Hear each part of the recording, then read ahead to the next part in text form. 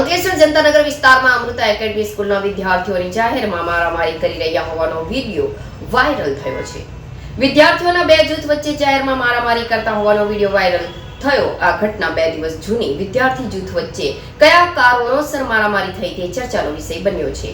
Police કે શાળા સંચાલક મંડળ દ્વારા હજુ સુધી કોઈ કાર્યવાહી થઈ ન હોવાનું સામે આવી રહ્યું છે।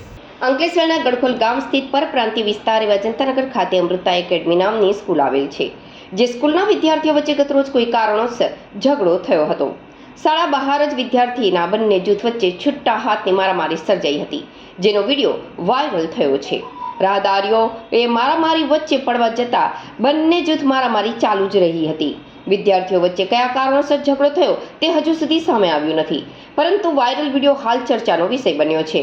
આ ઘટના અંગે હજુ સુધી કોઈ જ પોલીસ ફરિયાદ નોંધાઈ નથી, તેમજ શાળા સંચાલક મંડળ દ્વારા પણ આ બાબતે કોઈ એક્શન લીધા હોય તે જાણી શકાયું નથી। ત્યારે આ વાયરલ વિડીયો સ્થાનિક વિસ્તારમાં વાલી મંડળ વચ્ચે ટોક ઓફ ધ ટાઉન બન્યો છે।